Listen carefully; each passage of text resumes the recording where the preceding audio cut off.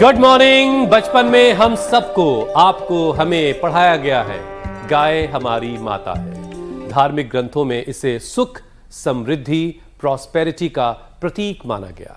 कई बड़ी बड़ी रिसर्च में भी ये बात साबित हुई कि गाय को गले लगाने से मन को सुकून मिलता है, शांति मिलती है, पॉजिटिविटी का इजाफा होता है। और गाय के दूध से शरीर को एनर्जी मिलती है। आयुर्वेद में तो काउ मिल्क को सुपर फूड माना गया है और पिछले 6 से 8 हजार साल से इंसान गाय के दूध का इस्तेमाल कर रहे हैं। और अगर इतिहास की बात चली है तो मैं बता दूं कि भैंस के दूध का इस्तेमाल भी करीब 4 से 5 हजार साल पहले ही शुरू हो गया है। और उससे पहले भैंस का इस्तेमाल खेती बाड़ी और भारी सामान लाने ले जाने के लिए किया जाता था। गांव और पहाड़ी इलाकों में तो बकरी का दूध भी लोग खूब पीते हैं। कई लोग तो डेंगू बुखार में बकरी के दूध को बहुत फायदेमंद बताते हैं। और रेगिस्तानी इलाकों में तो लोग सदियों से ऊंटनी का दूध भी पीते आ रहे हैं। हालांकि ऊंटनी के दूध का इस्तेमाल हल्का सा वो टेस्ट में नमकीन होता है, जो हर किसी को पसंद शायद ना आए। शहर, गांव, रेगिस्तान, जगह कोई भी हो, बड़े बुजुर्ग बच्चों को एक ही सलाह देते थे, दूध पिए, ये हड्डी मजबूत करता है और इससे जो ग्रोथ है वो भी काफी अच्छी होती है। लेकिन दीपिका, सुपर फूड होने के बावजूद देश के करीब 62% लोग ऐसे हैं जो दूध पचा नहीं पाते, जिन्हें लैक्टोज इंटॉलरेंस की दिक्कत है। अब ऐसे में लोग दूध भी पी ले तो फिर कब्ज, गैस, भारीपन से परेशान रहते हैं। ऐसा इसलिए गीशा कि दूध में जो लैक्टोज होता है उसे पचाने के लिए शरीर में खास तरह के एंजाइम्स होते हैं, जिन्हें हम लैक्टोज कहते हैं।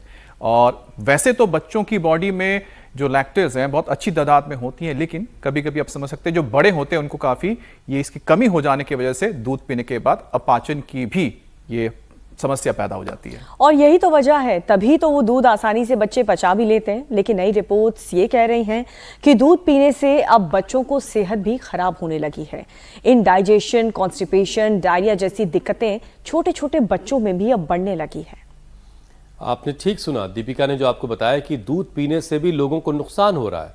तो एक काम करते हैं, स्वामी जी इससे को बुलाते हैं और बच्चों बड़ों के हाजमे को इतना मजबूत करवा लेते हैं कि ये जो लैक्टोज इंटॉलरेंस है इससे उनको बचाया जा सके और ये गंभीर बीमारियों का गेटवे ना बन जाए, उससे भी बचाया जा सके। स्वामी जी प्रणाम, बहुत बहुत स्वागत है आपका। प्रणाम स्वामी जी। अभी तक आप हमें नजर नहीं आए। लैक्टोज इंटॉलरेंस हो, किसी को भैंस के दूध से, किसी को गाय के दूध से एलर्जी हो तो बकरी का दूध पिए। ये बकरी का दूध देखो कितना जबरदस्त है। इसको तो ऐसे ही, हम तो छोटे बच्चे थे तो मुंह में सीधी सीधी धार मारा करते थे।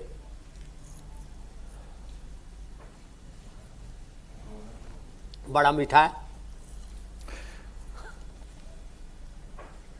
पिले पिले। स्वामी जी आज आपका कैमरा आपको फॉलो नहीं कर पा रहा है। देखो, हाँ पिलाओ पिलाओ इनको छोटे। हाँ, अरे कैमरा फॉलो क्यों नहीं करा, कहाँ हो तुम? स्वामी जी ये बावले बावले लोग हैं तो बकरी, आज बकरी आई है। ये बकरी तो हमारी, इसका तो दूध क्या गजब है। हाँ, तो ये अब कैमरा फॉलो करे या ना करे, अपना कार्यक्रम बड़ा जोरदार है। और देखो ये बकरी की भी क्या गजब है। ये बकरी हमने एक बहुत ज़बरदस्त जगह है जखराना, वहाँ से हमने ये बकरी बुला रखी है और यहीं हमने, अब ये बकरी हमने यहीं पाल रखी है, ऐसे, ये ऐसे ऐसे। और ये देखो स्वामी जी, बकरी का बच्चा कह रहा है थोड़ा मेरे लिए छोड़ दीजिएगा। इसका जो है ना, मैं बोल रहा था ना, स्वाद,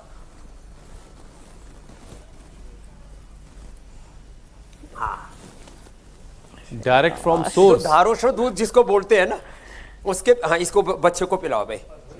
हाँ, धारोश्र दूध, धार में ही जो उष्णता है, रखो भाई। तो ये बकरी का दूध लीवर के लिए सबसे हेल्दी माना जाता है। ये देखो हमारी ये पुंगनूर गाय भी इतना बढ़िया दूध देती है। ओहराम, ये जो पुंगनूर गाय छोटी वाली, इसका दूध तो बहुत ही पौष्टिक होता है। और ये गधी का भी दूध तो निकाले भाई। अरे राम राम राम, गधी का दूध मैंने पिछली बार निकाला। जी जी जी, तो बड़ा वायरल हुआ तो स्वामी जी। मच गया। और सच में भाई इसका दूध ना और जो है इसके हैं तो छोटे छोटे ही थन। हैं? दिखाओ दिखाओ, निकालो निकालो निकालो। हैं? तो ये देखिए कहीं बड़ा, ओ इधर देखो, ये बकरी, ये गाय, ये घोड़े और ये प्रतीक्षा कर रहे हैं, बोले बाबा जी हम भी साफ सफाई करके खाने पीने के लिए तैयार हैं। तो ये पहले शुद्धिकरण करो, फिर जो है सब चीजों का स्वांगीकरण अच्छे से हो पाएगा। तो स्वांगीकरण इसको कहते हैं एक्यूमुलेशन। पहले अपने शरीर को शुद्ध बना लो और योग करके एक ये ऐसे और एक ये ऐसे, ये ऐसे, यो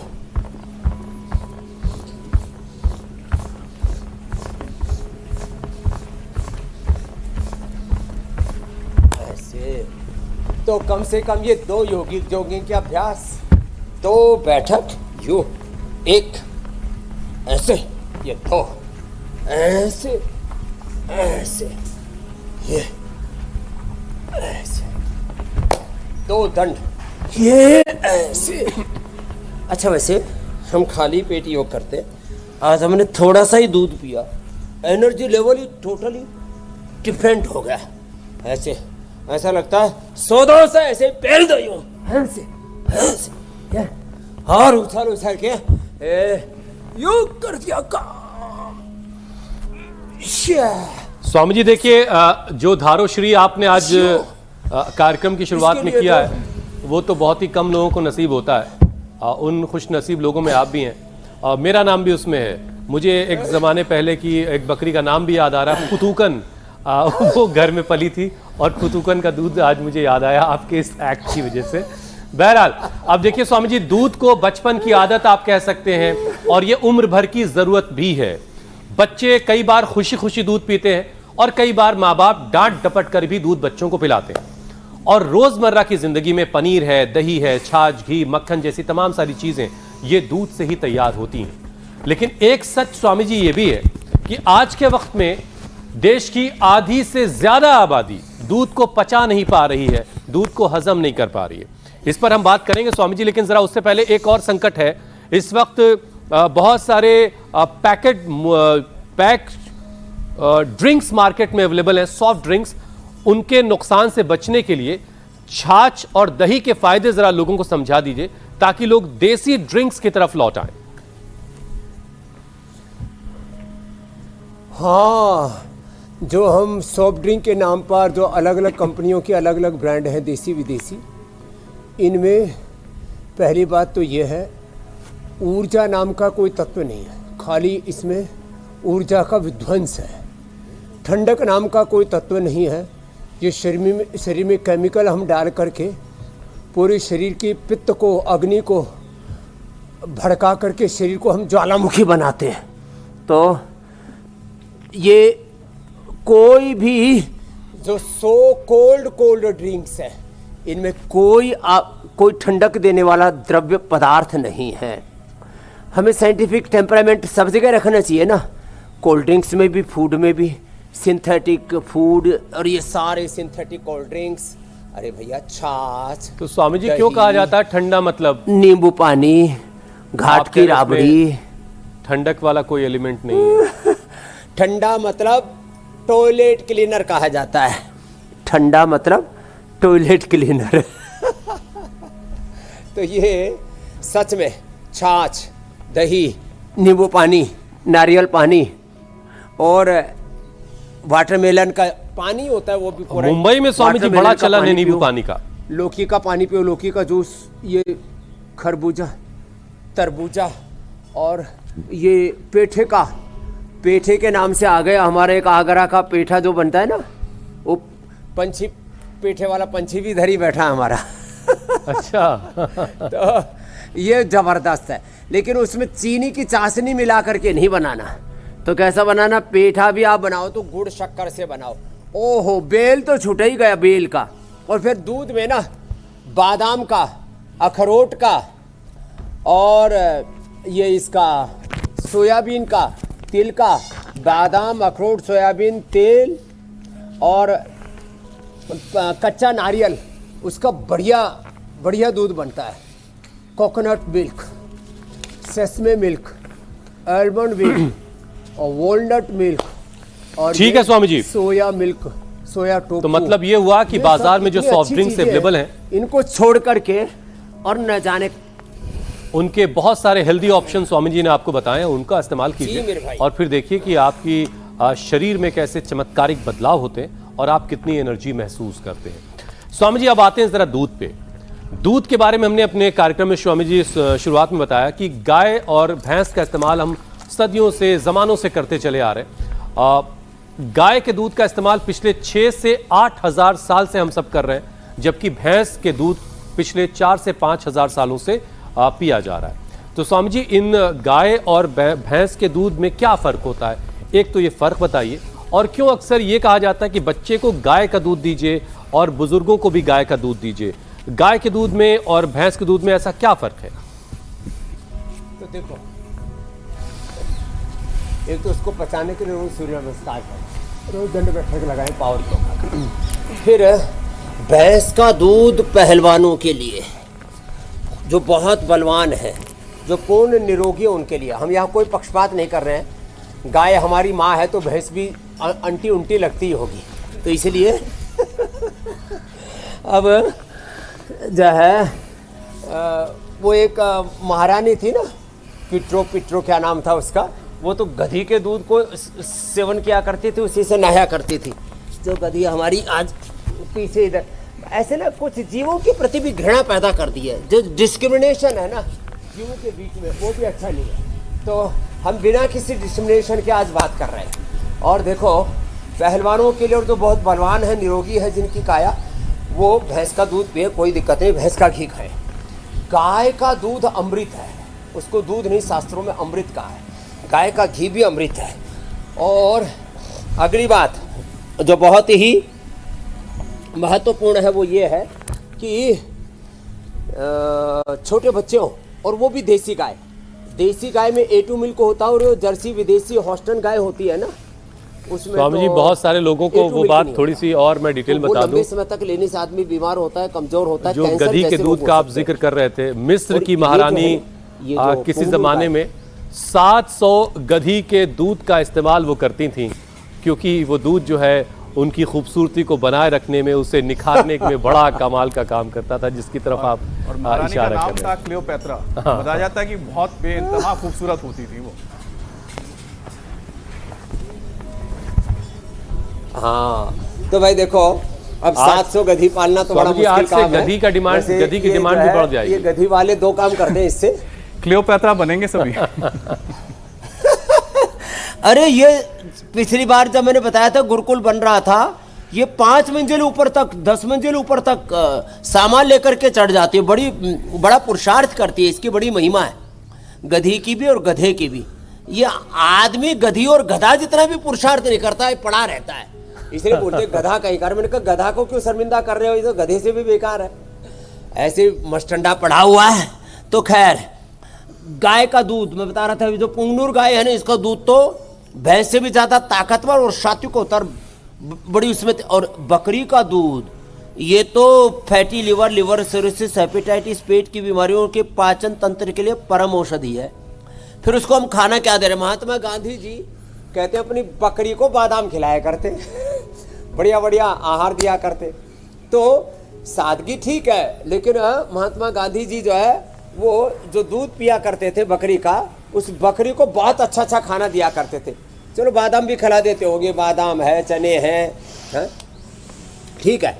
आपको बादाम, अखरोट, काजू, किशमिश, मेवे, फ्रूट्स हजम नहीं होते तो बकरी को खिला दो और बकरी का दूध तुम पी लो, सारा पोषण मिल जाएगा। वो तो जो उसका सोर्स है ना, जिस पदार्थ को बकरी खा रही है, उसके सारे सूक्ष्म पोषक तत्व उसके दूध में आ जाते हैं। दूध में कोई हिंसा नहीं है। ये तो मामला स्वामी जी एक्सेप्शनल हो गया। चाहे गाय भैंस भेड़ बकरियों का किसी का भी ना मांस आता है, ना हड्डियां आती हैं। हड्डियां नहीं आती, कैल्शियम आती है। मांस नहीं आता, फैट आता है। किससे आता? फूड से फैट आता है। जो ये खाना खाते हैं कार्बोहाइड्रेट को लाइपोजेनेसिस करके वो फैट में कन्वर्ट कर देती है। तो मिल्क में फैट है लेकिन मांस नहीं है, कैल्शियम है लेकिन हड्डियां नहीं है। कोई भी जो है वो जीव का अंश वैसा नहीं है, वो पूरा का पूरा एक तरह से एक बहुत ही रिच कंपाउंड के साथ, food and medicinal rich compound के साथ एक बहुत ही अच्छा लिक्विड द्रव्य है। तो बकरी का दूध परम औषधि। स्वामी जी बकरी के दूध पे ऐसे जरा सा ही एक चीज ये बताइए। फिर घी के साथ दूध में भी ये बात लागू होती है। देखिए, गाय का दूध शिफा है, अमृत मेरे है। अब भैंस का दूध पहलवानों को इस्तेमाल करना चाहिए, लेकिन बकरी स्वामी जी पहाड़ी इलाकों में बहुत ज़्यादा इस्तेमाल होती है। गांव में भी लोग बकरी के दूध का बड़ा इस्तेमाल करते हैं। अब ये बकरी का दूध गाय और भैंस से कैसे और कितना अलग है? आम तौर पर स्वामी जी ये जो बादाम वाला मामला है, गांधी जी अपनी बकरी को बादाम खिलाते थे, लेकिन आमतौर पर बकरी, गाय, भैंस वही चारा, वही हरी घास का सेवन करती, वही हरी घास खाती हैं। लेकिन बहुत से मामलों में डेंगू बुखार होने पर गाय जो जंगल में चरती है उसके दूध में और बकरी के दूध में ज़्यादा अंतर नहीं है, जो जंगल में चरती है पहाड़ों में या ग्रामीण इलाकों में। लेकिन बकरी में क्या विशेषता है? गाय जो है सेलेक्टिव होती है, वो सब चीज़ें नहीं खाती। बकरी जो है कोई भी सब चीज़ें खा लेती है, जितनी भी जड़ी बूटियाँ हैं। और कुछ तो ऐसी चीज़ें हैं जो मतलब गाय भैंस आदि कोई भी पालतू जानवर नहीं खाते और उसको खा करके पचा भी लेते हैं, और उसके सारे औषधीय गुण वो जो है उसके दूध में आ जाते हैं। इसलिए भूमि आंवला से लेकर, पुनर्नवा से लेकर के, मकोई से लेकर के, शोनाक से लेकर के, जितनी जड़ी बूटियाँ हम लीवर के लिए प्रयोग करते हैं, घास, दूधी घास से लेकर के सारी ये दूर्वा घास, ये दूर्वा घास है, जो सामने खड़ी है ना, जो है कुशाग्र, कहते हैं ना कुशाग्र बुद्धि है। कुशा जो है ये बड़ी दुर्लभ तत्व है ये। और इसके सेवन से जहाँ देवता प्रसन्न होते हैं उसका पानी छिड़कने से, इसके सेवन से बुद्धि भी कुशाग्र होती है, पाचन तंत्र अच्छा हो जाता है। इसको ये बकरी खाती है। तो दूबड़े से लेकर के सारी जड़ी बूटियाँ, सारी वनस्पतियाँ, हजारों प्रकार की, वो उसके सारे मेडिसिनल गुण बकरी के दूध में होते हैं। और हर एक के शरीर में भगवान ने एक विशेष पूरा यंत्र बनाया हुआ है, उनका डिजाइन ऐसा किया हुआ है। तो बकरी का डिजाइन अलग ढंग से स्वामी जी, अब मुझे आपकी इस बात से वो बात कनेक्ट होती दिखाई दे रही है, गाय भैंस का, कि बकरी सारे तरह के आयुर्वेदिक जो जड़ी बूटियों वाले पौधे होते हैं वो भी खा के पचा लेती है, और शायद इसी वजह से डेंगू बुखार होने पर बड़े बुजुर्ग बकरी का दूध पीने की सलाह देते हैं। क्या वाकई स्वामी जी बकरी का दूध डेंगू के मामले में रिकवरी में फायदा देता है? डेंगू में एकदम प्लेटलेट इससे बढ़ जाते हैं। फैटी लिवर से हेपेटाइटिस, हमने तो 200-250 बकरियां पाली हुई है, पूरा बाड़ा है बकरियों का हमारे यहाँ।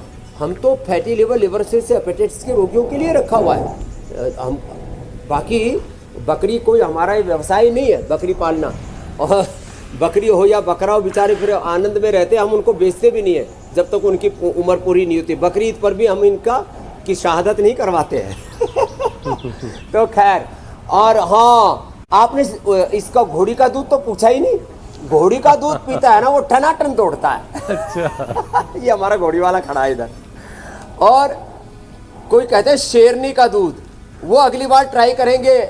आप तो पकड़ के लाना हुसैन भाई, और मैं दूंगा फिर शेरनी। ठीक है स्वामी जी, ठीक है, ठीक है स्वामी जी। अब स्वामी जी एक और रेगिस्तान का जहाज जिसे कहते हैं, रेगिस्तान के इलाकों में ऊंटनी का दूध भी स्वामी जी इस्तेमाल किया जाता है, जिसके बारे में आपने बताया भी अभी।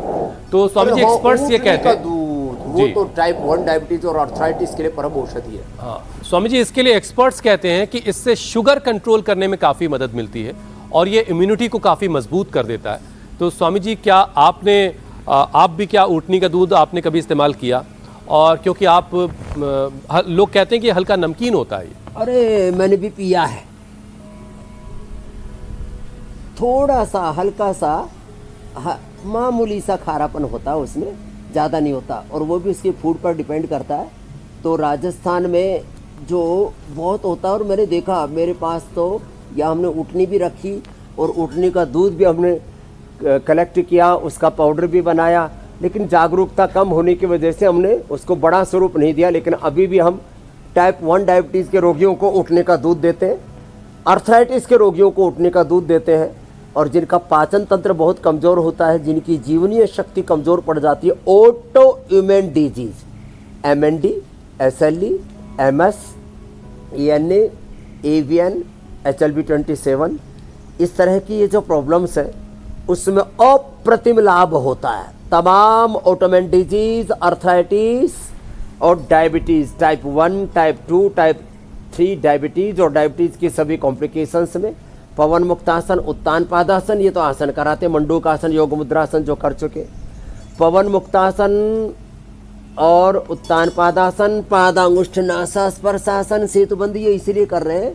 और एक एक आसन ये तो भी सिंबॉलिक करे, थोड़ा लंबा करवाते हैं। और खीरा, करेला, टमाटर के जूस के साथ मदनाश्री मधुग्रिड देते हैं, और नीम के पत्ते, करेला, इसकी थोड़ी लुगदी सी बना के इसको थोड़ा कूट करके इमाम दस्ते में, पूरा लिक्विड भी नहीं बनाते, थोड़ा दरदरा सा कूट के इसके ऊपर चलवाते हैं, उठने का दूध पिलाते हैं। इंसुलिन बंद हो जाती है, बहुत सारे इंसुलिन रेजिस्टेंस हो जाते हैं, इंसुलिन काम ही नहीं करती।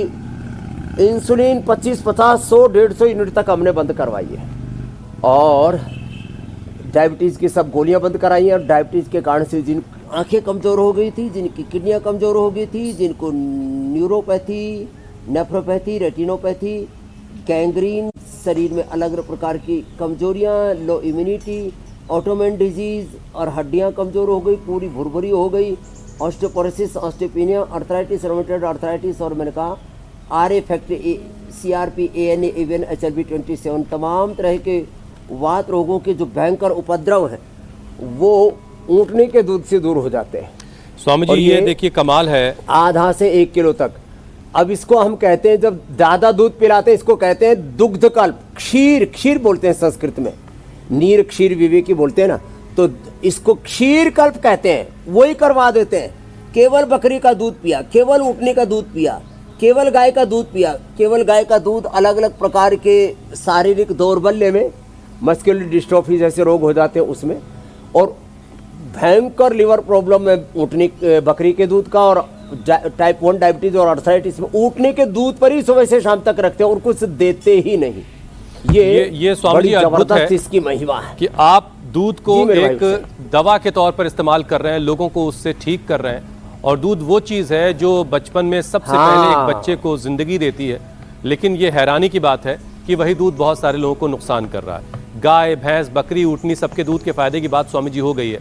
अब जरा देश के 60% उन लोगों की बात करते हैं जो इस सुपर फूड से क्या फ़ायदा नहीं उठा पा रहे हैं, बल्कि इस दूध की वजह से बहुत सारे लोगों को कब्ज़, गैस, खट्टी डकार, डायरिया की शिकायत हो रही है।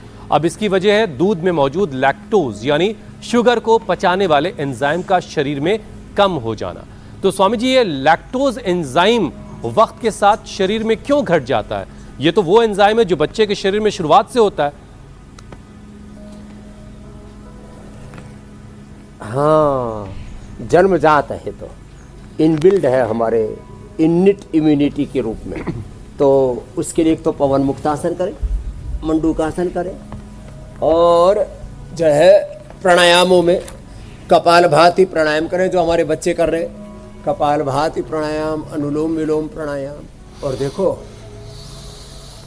सर्वकल्प कायाकल्प का काढ़ा ले, लिवोग्रिट ले, सुबह खाली पेट अनार और सेव का प्रयोग करें, और बकरी का दूध का सेवन उनके लिए अच्छा रहेगा जिनको ये लैक्टोज की जो है एलर्जी है। और वो प्रारंभ के दिनों में वो ऐसे ये soya milk, sesame milk, almond या वॉलनट मिल्क, या जैसे हमने बताया कोकोनट मिल्क आदि का भी सेवन कर सकते हैं। इनमें भी देखो, इनमें प्रोटीन भी है, इनमें कैल्शियम भी है, इनमें फैट भी है, और टेस्ट भी बहुत अच्छा है।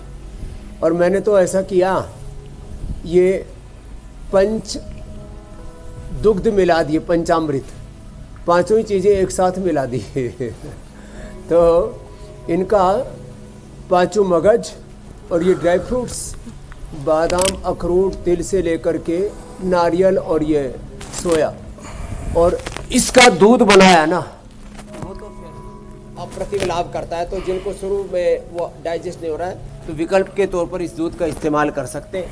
ऐसे अपने आप को संवारे, अपने आप को उभारे। दरअसल स्वामी जी इस बात को थोड़ा सा और समझा शरीर में दीजिए, किसी भी तरह की कोई कमजोरी आ जाती है ना, क्योंकि ये वो बड़ी स्थायी नहीं होती है। ये लोगों उसको के हम लिए हटा बड़ी सकते उलझन हैं। का जी मेरे सबब भाई। है कि जिस दूध को पीकर बच्चा माँ के दूध को पीकर के बच्चा ताकत पाता है, बड़ा होता है, वही बच्चा बड़ा होने के बाद गाय भैंस के दूध से इंटॉलरेंस हो जाए, वो उसको पचा ना पाए, ये स्थिति क्यों और कैसे बनने लगती है और कैसे इसको रीड किया जाए और इस स्थिति से कैसे बचा जाए? तो ये कमजोरी इसलिए आती है कि जो हमारी नैसर्गिक गतिविधियां हैं जीवन की, सुबह उठ करके पहले जंगल में शौच के लिए जाया करते थे, अब जिस कमरे में रहते हैं वहीं हगते मुतते रहते हैं। गांव की भाषा में इसको बहुत खराब माना जाता था, बोले तो खाट में पड़ा पड़ा हगता मुतता है। तो ये जंगल में जाना बंद हो गया और जो है पहले शौचालय के लिए दूर जाते थे, देवालय भी पहाड़ों पर होते थे, शौचालय, देवालय, मस्जिद ये सब थोड़ी दूर दूर होती थी, तो लोग चल के जाया करते थे, खेतों में जा कर के काम किया करते थे, टहला करते थे, दौड़ा करते थे, रनिंग किया करते थे, हार्ड वर्क किया करते थे। ये खेलना कूदना, फिर जो है गेम्स, ये सब स्पोर्ट्स कम हो गए और व्यक्ति जो है आलसी प्रमादी हो गया। तो सबसे बड़ा सभी रोगों का, सभी दुखों का और दरिद्रताओं का कारण है प्रमाद। इसलिए महाभारत में और भगवान बुद्ध ने प्रमादः मृत्यु ऐसा कहा। यह महाभारत का भी वचन और भगवान बुद्ध का भी वचन है। तो प्रमाद के कारण से अंदर की जो शारीरिक गतिविधियां हैं वो शिथिल पड़ गई। तो उसको बढ़ाने के लिए हम मंडूकासन, योग मुद्रासन रोज कराते हैं, अर्धमत्स्येंद्रासन, गोमुखासन, कपालभाति रोज करवाते हैं। तो ये तो करना पड़ेगा। अब इनको हमारे जीव जंतुओं को, बकरी को, गाय को, गधी को, घोड़ी को कोई एलर्जी नहीं है। ये सारी एलर्जी हमको ही क्यों हो रही है? क्यों? क्योंकि हमने प्रकृति की जो नैसर्गिक प्रक्रिया है, प्रकृति का जो विधान है, परमेश्वर का विधान है, उसमें व्यवधान पैदा कर दिया। इसलिए back to basic, back to nature आना ही पड़ेगा, प्रकृति की, संस्कृति की। और यही रास्ता स्वामी जी, इधर बड़ है, उधर पीपल है, इधर आम है और इनके बीच में आज योग हो रहा है। ये है वापस बैक टू बेसिक्स का जो रास्ता है स्वामी जी, वो रोजाना आपके मार्गदर्शन में हम लोगों को बता रहे हैं और कोशिश यही है कि लोग सेहतमंद जिंदगी जिएं। स्वामी जी, क्या लैक्टोज एंजाइम को बढ़ाया जा सकता है? उसके कुछ रास्ते आपने बताए, लेकिन ये बढ़ाना इसलिए भी बड़ा ज़रूरी है ताकि लोग दूध को पचा पाएं। और अगर ऐसा नहीं होगा तो फिर दूध का ऑल्टरनेटिव जो भी आप बता रहे हैं स्वामी जी, क्या वो दूध जितना ही ताकतवर है, क्या वो दूध जितना ही सुपर फूड उसे माना जाएगा या उसके मुकाबले उसकी ताकत थोड़ी कम है? ना, कोई ताकत कम नहीं है साहब, ये तो मन का भ्रम है। अच्छा, तो एक तो लिवोग्रिड ले ले, और ये लिवोग्रिड हमने लिक्विड भी बना दिया। लिवोग्रिड पहले लिवामृत था, फिर लिवोग्रिड बना दिया हमने, इसका भी पाप बना दिया। फिर रात को दूध जिनको हजम नहीं होता, 1 चम्मच इसबगोल, जिनको कब्ज है तेज गर्म दूध में, और जिनको कोलाइटिस है वो दही छाछ में ले लिया करें, और साथ में थोड़ा सा गुलकंद ले लिया करें, बड़ा टेस्टी भी रहेगा। और हाँ, तो ये जो इसका दूध है ना, चाहे सोया का है, चाहे एलमंड का है, चाहे अखरोट का है या सेसमे का है, इसके भी पौष्टिक गुण बहुत ही अधिक होते हैं, कोई कम नहीं होते। हाँ, अलग अलग थोड़े गुणधर्म थोड़े बहुत तो अलग मिलेंगे, लेकिन इसकी पोषकता किसी भी प्रकार से कम नहीं है। तो जो अंदर से एंजाइम कम बनने लगे, पाचन वाले, दीपन वाले, तो ये पाचन दीपन के लिए लिवोग्रिड के साथ साथ मैं और उपाय बताता हूँ। पंचकोल, पीपल, पीपला मूल, चित्रक, चव्य सूट। पीपल मैंने ये पीपल नहीं है, वो पीपल एक झाड़ है, जड़ी बूटी है। पीपल, पीपला मूल, चित्रक, चव्य सूट। पंचकोल के नाम से हम ये थोड़ा दरदरा सा एक पाउडर उपलब्ध कराते। 1 चम्मच उबाल लो लगभग आधा लीटर पानी में, 50-100 ग्राम बच जाए तब छान करके पी लो साहब। हमने तो जब गुरुकुल में दूध ज़्यादा हो जाता था तब रोटी और दाल सब्जी सब बंद कर देते थे, 2 किलो दही पी जाते थे और 2 किलो ये हमारा खाया पिया हुआ बता रहे हैं हम आपको, 2 किलो दही सुबह दोपहर और 2 किलो दूध रात को। और इतना दूध पी रहे तो शहर वालों को तो छेरा लग जाए, 10 लग जाए, 25। पंचकोल पीने से इतना बढ़िया पाचन हो जाता है। ये हमारे पूज्य गुरुदेव आचार्य बलदेव जी द्वारा बताया हुआ नुस्खा बता रहा था, गुरुओं का बताया हुआ। पीपल पीपला मूल चित्रक सब विशुद्ध पंचकोल का काढ़ा पियो, क्या गजब का पाचन हो जाता है साहब। फिर हमारे गिरीश आहूजा साहब बोले स्वामी जी आपने जब से जीरा धनिया मेथी सौंफ अजवाइन, देखो ये रखे, ये जीरा धनिया मेथी सौंफ अजवाइन, इसके अंदर ज़बरदस्त प्रॉपर्टी होती है दीपन पाचन की, और कोई बैक्टीरिया वायरस फंगस अपने ऊपर असर नहीं करता। और जो भी नेचुरल एंजाइम्स हैं, हेल्दी बैक्टीरिया, प्रोबायोटिक्स प्रीबायोटिक्स जो पेट में रहने चाहिए, करीब 2 किलो हेल्दी बैक्टीरिया पेट में रहते हैं, उनको बरकरार रखते हैं। फ्रेश दही, फ्रेश छाछ, वो भी उसको अच्छे बनाए रखता है। जीरा धनिया सौंफ दूसरा इलाज। ये त्रिफले का पानी ये तीसरा है। लिवोग्रिट बता दिया। खाने के बाद राक्षसों कुमारियासों नरनवारिष्ट, जिनको कोलाइटिस है कुर्जारिष्ट, और जिनको कब्ज है उनको अभयारिष्ट। तो ऐसी ये सब चीजें ना पाचन को बहुत अच्छा बनाए रखती है। और सुबह सुबह स्वामी जी एक एक करके जरा पाचन की और समस्याओं पे बात कर लेते हैं, पड़ेगा बीमार, क्योंकि दूध का सारा मामला जो वो पचने से ही है, क्योंकि बहुत सारे लोग दूध पचा नहीं पाते हैं। अब देखिए स्वामी जी, पेट की जो और बीमारियां हैं उन पर बात करनी बहुत जरूरी है। दूध से एलर्जी अगर किसी को है स्वामी जी, तो कब्ज, एसिडिटी के बाद वो कोलाइटिस का रूप ले लेता है बहुत सारे मामलों में, और ये काफी गंभीर बीमारी कही जाती कोलाइटिस। तो कोलाइटिस वाली स्थिति ना बन जाए, उससे बचें कैसे? और अगर किसी को कोलाइटिस हो गया तो क्या वो पूरी तरह से ठीक हो पाएगा? कब्ज के लिए तो त्रिफला बता दिया, शुद्धि चूर्ण बता दिया, कब्ज के लिए अभयारिष्ट बता दिया, कब्ज के लिए पपीता, अनार और ये सब सेब आदि सबका सेवन करें। अब कोलाइटिस के लिए बेल का प्रयोग करें। ये पका हुआ बेल, कच्चा बेल भी अच्छा रहता है, कच्ची बेल का पाउडर मिलता है, बिल्व चूर्ण, बिल्वादि चूर्ण, बिल्वादि चूर्ण, गंगाधर चूर्ण 50-50 या 100 ग्राम, शंख, कपर्दक, मुक्ता, शुक्ति, मोती, पुष्टि मिला करके हमने खिलाया। लाखों ने, करोड़ों लोगों का कोलाइटिस हमने ठीक किया है। हाँ, दूसरी बात, कोलाइटिस के लिए खाली पेट कोलोग्रिट, खाने के बाद कुटजारिष्ट, कुटज, घनवटी और चित्रकादिवटी। कुटजारिष्ट 4-4 चम्मच, कुटज, घनवटी और जो है चित्रकादिवटी 2-2 गोली, एकदम अच्छा हो जाता है। ये सुबह दोपहर शाम 3 बार, खाने के पहले 1 घंटा पहले कोलोग्रिट और खाने के बाद ये कुटजारिष्ट, कुटज, घनवटी और चित्रकादिवटी। फिर उसमें घी, मीठा और दूध बंद करा देते। दही छाछ औषध है कोलाइटिस के लिए, घी, दूध और मीठा, खास करके चीनी उसके लिए जहर है। इसमें भी देखो अलग अलग प्रकृति होती है। तो ये तो कोलाइटिस और कब्ज के लिए बता दिया। फिर गैस बने तो खाने के बाद गैस हर, गैस बने तो खाने के बाद छाछ में थोड़ा हिंगवास्त्र और लवण भास्कर। गैस बने तो पहले ग्रास में 3 कली लहसुन की थोड़ा सा सेंधा नमक डाल करके पहले ग्रास के साथ खा लो, ऊपर से खाना खा लो, गैस ही नहीं बनेगी। थोड़ा सा अनार खा लो पहले, गैस ही नहीं बनेगी। और खट्टी डकारें आती है, इसको बोलते हैं एसिडिटी। इसके लिए अव्यपत्ति कर चूर्ण 100 ग्राम, मुक्ता शुक्ति 10 ग्राम, और सबसे अच्छा तो है मोती पिष्टी चुटकी भर ले लो, या अधिकतम 1 ग्राम पानी में घोल करके रात को घोल के सुबह घोल के रात को पी लो।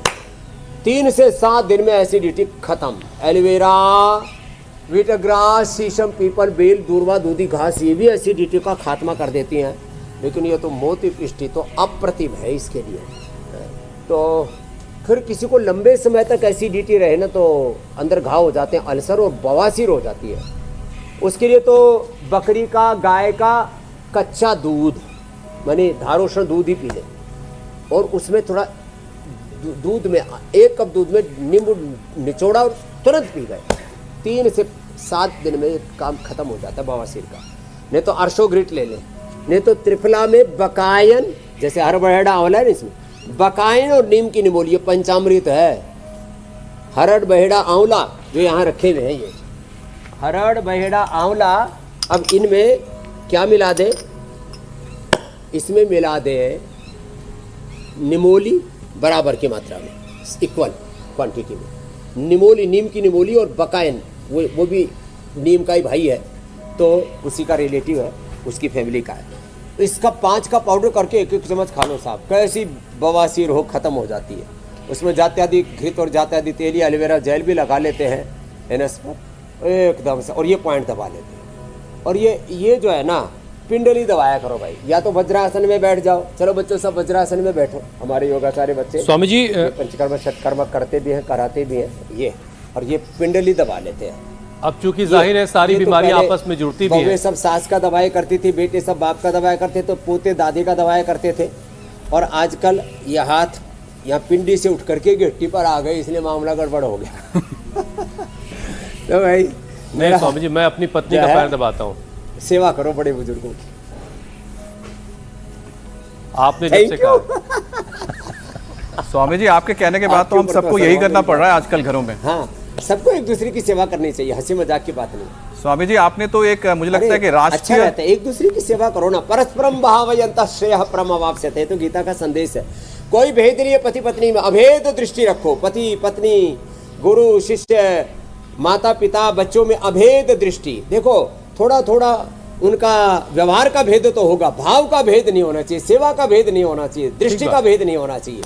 हाँ, बाकी तो व्यवहार का भेद तो रहेगा। माँ के साथ माँ जैसा, पत्नी के साथ पत्नी जैसा, बेटी के साथ बेटी जैसा, गाय के साथ गाय जैसा, भैंस के साथ भैंस जैसा, गधी के साथ गधी जैसा, और शेर के साथ शेर जैसा। शेर के साथ गाय जैसा व्यवहार करोगे, खा जाएगा शेर। तो व्यवहार भेद तो जरूर है, लेकिन सब में एक ही जीवात्मा और एक परमात्मा, एक खुदा अल्लाह भगवान का नूर है। एक नूर ते सब जग उपजा कोर भले को मंद। भाव में भेद नहीं होना चाहिए, दृष्टि में भेद नहीं होना चाहिए, कृति में तो, व्यवहार में तो भेद होगा। जी मेरे भाई, ये बड़ा जबरदस्त है। अच्छा स्वामी जी, अभी चूंकि सारी बीमारियां एक दूसरे से कनेक्टेड है, एक बीमारी की वजह से दूसरी बीमारी हो जाती है, तो आपने अल्सर के बारे में भी थोड़ी बात बताई। लेकिन स्वामी जी आज के वक्त में अल्सर जो है ये बड़ी आम सी बीमारी होती जा रही, देख रहा हूं मैं बहुत सारे लोग अल्सर से परेशान हैं। तो अल्सर पर भी अगर ध्यान न दिया जाए तो ये फूड पाइप और पेट के कैंसर में तब्दील हो जाता है। अब इस तरह के खतरे को स्वामी जी कैसे टाला जाए? हाँ, ये जो जितना भी सिंथेटिक फूड खा रहे हैं ना, जितने भी सिंथेटिक मेडिसिन खा रहे हैं, जितना भी खाने के रूप में कचरा खा रहे हैं, ये सब खतरा बन रहा है। ये अंदर से जला रहा है, शरीर को ज्वालामुखी बना रहा है, अंदर से पूरा शरीर घायल है, क्षत विक्षत हो गया। इसी का नाम है कोलाइटिस, इसी का नाम है अल्सर, इसी का नाम है अल्सरेटिव कोलाइटिस, आंतों का घाव। और फिर जो है कोलोन कैंसर, एब्डोमेन कैंसर, ये सब अलग अलग नाम इसी के दिए गए। एक तो जो मंडूकासन, योग मुद्रासन प्रतिदिन करते रहेंगे, कितने आसान आसन है, रोज करवा देते हैं। मंडूकासन, योग मुद्रासन, पवन मुक्तासन, और फिर पीछे झुकने के लिए उष्ट्रासन, सप्त वज्रासन, सप्त पद्मासन भी करें। अल्सर से बचने के लिए बस एक ही उपाय है, एक तो तीखी तली चीज़ें ज़्यादा न खाएं। वीट ग्रास, एलोवेरा, शीशम, पीपल, बेल, दूर्वा, दूधी घास और मोती पिष्टी। सुनो जरा गौर से, मोती पिष्टी, कहरवा पिष्टी, कहरवा पिष्टी, मोती पिष्टी 10-10 ग्राम, और उसमें थोड़ा मुक्ता पिष्टी या मुक्ता शुक्ति की भस्म, मुक्ता पिष्टी किस तरह मुक्ता शुक्ति की भी पिष्टी या भस्म, उसको भी साथ में मिला दें। और ये थोड़ा एलोवेरा, सौंफ या मुलेठी, ये घाव को भरती है, उनके साथ इसको अनुपान बोलते हैं उसको, उसका सेवन करने का ऐसा भी भयंकर घाव हो अंदर का, वो घाव भर जाता है। एक दूधी घास होती है, उसमें से दूध निकलता है तोड़ने पर ना। एक तो ये दूर्वा घास है, उषा, और एक दूधी घास आती है, उसका सेवन करने से तो कितना अंदर का अल्सर घाव हो सब भर जाता है। तो ये आगे झुकने वाला, फिर पीछे झुकने वाला, लिवोग्रिट, जीवामृत सब सेवन करें सभी पाचन के रोगों में। अब ये शरीर को जो साध लेंगे हमारी तरह से, उनको तो दिक्कत नहीं है। अब जो मुटिया गए हैं वो कहाँ सुप्त वज्रासन, सुप्त पद्मासन कर पाएंगे? उन्होंने तो अपने सारे मुठियाए हुए लोगों को स्वामी जी धीरे धीरे हम लोग हल्का तो कर रहे हैं। राम राम राम, शरीर को, और इसीलिए धरती मैया भी हम लोग को शुक्रिया कहती रहती हैं। स्वामी जी अगला विषय से पहले एक बात जरा से बताइए, फूड पाइप की चूंकि बात हो रही थी, एक अजीब सा केस अभी मेरे एक मित्र हैं उनके साथ हुआ। उनका फूड पाइप फट गया था, अब ये किस वजह से ऐसा होगा कि फूड पाइप फट जाए और उसके बाद पूरा उनको खोल करके मामला पूरा सिलना पड़ा?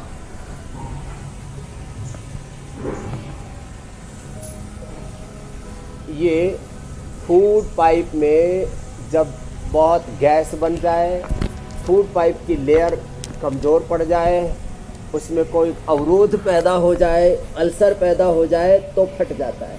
कई बार अंदर से बहुत शिथिल पड़ जाता है तो फूड पाइप में पैरालिसिस जैसी भी स्थिति बन जाती है। ये कोई भी स्थिति ना बने, इसलिए वात पित्त कफ त्रिदोष को संतुलित रखिए। समदोष समाग्नि समधा तुम्हारा क्रिया प्रसन्न आत्म इंद्रिय मन स्वस्थित्य विधीयते। तो त्रिदोष को और प्रकाश क्रिया स्थिति शीरम भूतेन्द्रियात्मकम भोगात भोग अपवर्गार्थम दृश्यम। सत्व रजस तमस का प्रकाश क्रिया स्थिति का संतुलन, त्रिदोषों का संतुलन, सब दोषों से और सब प्रकार के दोष दुर्गुणों से, दुर्बलताओं से, सब प्रकार की दरिद्रताओं से, सब प्रकार की कुंठाओं से अपने आप को उभारना है। तो ये देखो, तो कुल मिलाकर योग करते रहिए, सारे ऑर्गन्स मजबूत रहेंगे, प्रॉपर काम करेंगे, नस नाड़ियां मजबूत रहेंगी। पादासन 5-10 मिनट तक करा देते हैं और ये चीजें ठीक हो जाती है और वक्त से पहले कोई भी ऑर्गन आपका साथ नहीं छोड़ेगा। स्वामी जी, पेट से जुड़ी एक और दर्दनाक बीमारी है, जरा उस पर भी थोड़ा सा आपसे उसकी तकलीफ से बचने का उपाय आपसे जान लेते हैं, और उसका नाम है पैनक्रियाटाइटिस। इसका दर्द जिन लोगों को होता है वो बर्दाश्त के बाहर होता है। अब जो लोग इस परेशानी का सामना कर रहे हैं स्वामी जी, वो इससे कैसे निजात पा सकते हैं?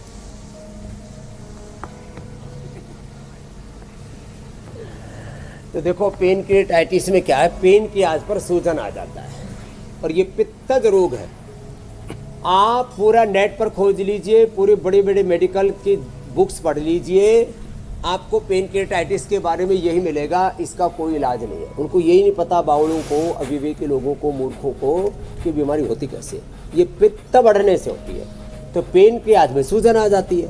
हम खाली मोती पिष्टी पिला करके, वीटग्रास, एलोवेरा, शीशम, पीपल, बेल, दूर्वा, दूधी घास का जूस पिला करके पैनक्रियाटाइटिस को ठीक कर देते हैं। एक औषधि भी रेडीमेड में हमने बना रखी है, पेनकोग्रीड। और उनको लौकी की सब्जी, लौकी का जूस पिलाते हैं और पैनक्रियाटाइटिस पहले ही दिन से अच्छा शुरू हो जाता है और 1-2 सप्ताह से लेकर के 1-2 माह में।